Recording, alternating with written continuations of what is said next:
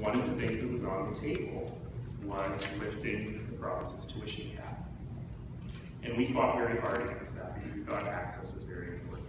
And if you look at the data on, for example, medical schools have had market level tuition, market modifiers for many years now, probably more than a decade.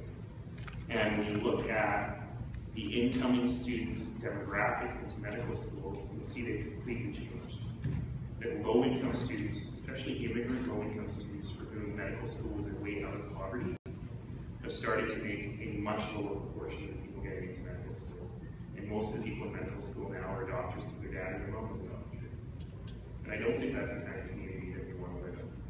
So I made those arguments 20 years ago, and the government at that time re-legislated the tuition cap. They moved it up and they legislated it. And I was irritated because they moved it up, but I was happy to see that it stayed in place, and it's been in place ever since.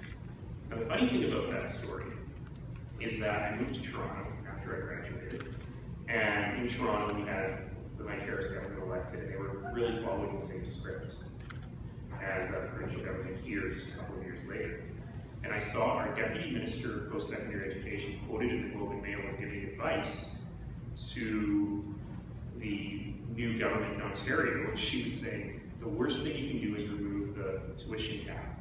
Because if you allow post-secondary institutions to have unlimited sources of funds for tuition, then they have no opportunity to actually innovate, figure out more efficient, more effective ways to support students. And I laughed because I had said the exact same thing to her 2 years ago, and she had fought me on it the whole time, and I was like, finally, I had an impact.